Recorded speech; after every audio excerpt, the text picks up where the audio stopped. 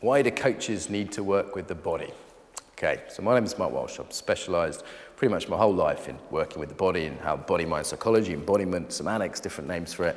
And I've been working with coaches for about 10 years. So we have a course called EFC, which is to help coaches specifically work with the body. And I sort of thought this was a given that we work with the body, because I've been in it a while, and I realised like it's not obvious to everyone. Yeah. So key answer here really is just the body is a big part of who we are. So if we're not, as a coach, working with the body, we're missing a trick. We're missing a key part of a person's humanity. Often as well, it's the part that gets the most leverage because, I don't know about you, but most of my clients, they're corporate clients, they're clever people. So to work with the body gives us the best leverage because it's the thing they've looked at least. Yeah, they might have a fitness sense, but not so much an embodied sense. So by working with the body, we're able to go directly into where they're going to get the most impact, the most leverage. Also, it's direct, right? Like doing therapy with someone takes a long time, but changing someone's posture, super, super simple. Working with the body can be just getting them to sit differently or move differently or walk across the room differently or changing position you're doing the coaching in. Super simple things. Give them an entirely different perspective immediately. Doesn't take hours, days. I've had coaches say, what used to take me 7 sessions now takes me 2, right? So this quickness, the speed, sometimes I say it's a shortcut when I'm working in business. So that's one thing is the directness of the body. The body is available to work with, and it's very concrete.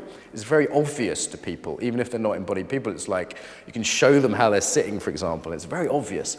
So that's one reason. Another reason is emotionally impactful. You can talk about something all day and it doesn't really motivate people. Whereas when you have a embodied experience, it's like, oh shit, like, oh wow, that's why I do that, yeah? So that emotional impact, I think, comes with the body in a different way that just thinking about it is dry, it doesn't get. Last thing I'd say is stickability.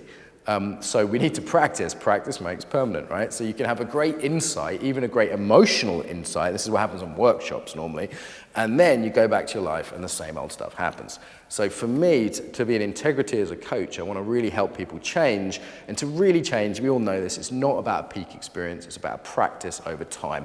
So giving people embodied practices, I think, as a coach is super, super useful in order to help change the stickability, the lasting behavioral change. Okay, so there I think the top reasons. Oh, one more, it's fun. Okay, everyone's bored of being talked at and PowerPoint and blah, blah, blah. So last one would just be, it's really enjoyable and I want to have a good time, and my clients also want coaching to be interesting and lively and fun, and it's just not boring. So there's a few good reasons why you might want to consider coaching with the body. You might not train with me. There's lots of good people out there who train with the body.